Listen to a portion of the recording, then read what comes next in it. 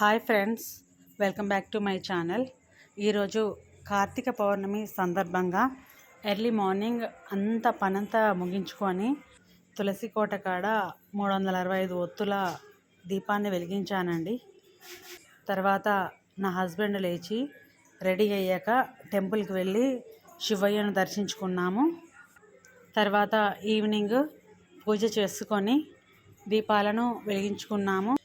బయట ముగ్గుల్లో, వాకిట్లో అంతటా దీపాలను పెట్టుకున్నాము.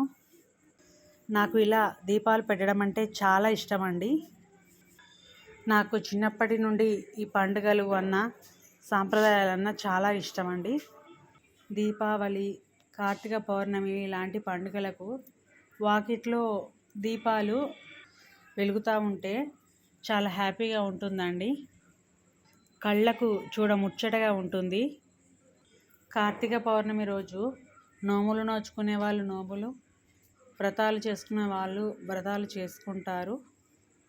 అంతేకాకుండా నది స్నానాలు చేసి నదిలో దీపాలు వదులుతారండి. నీటిలో నది స్నానాలు చేయడం అంటే చాలా అద్భుతంగా ఉంటుందండి.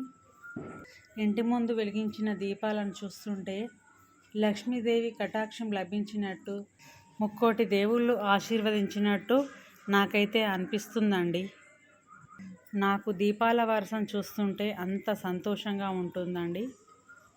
మీరందరూ కూడా కార్తీక పౌర్ణమిని చాలా సంతోషంగా జరుపుకుంటారని అనుకుంటున్నాను. నాకు పనులు ఉండడం వల్ల వీడియోస్ పెట్టడం కొంచెం లేట్ అవుతుందండి.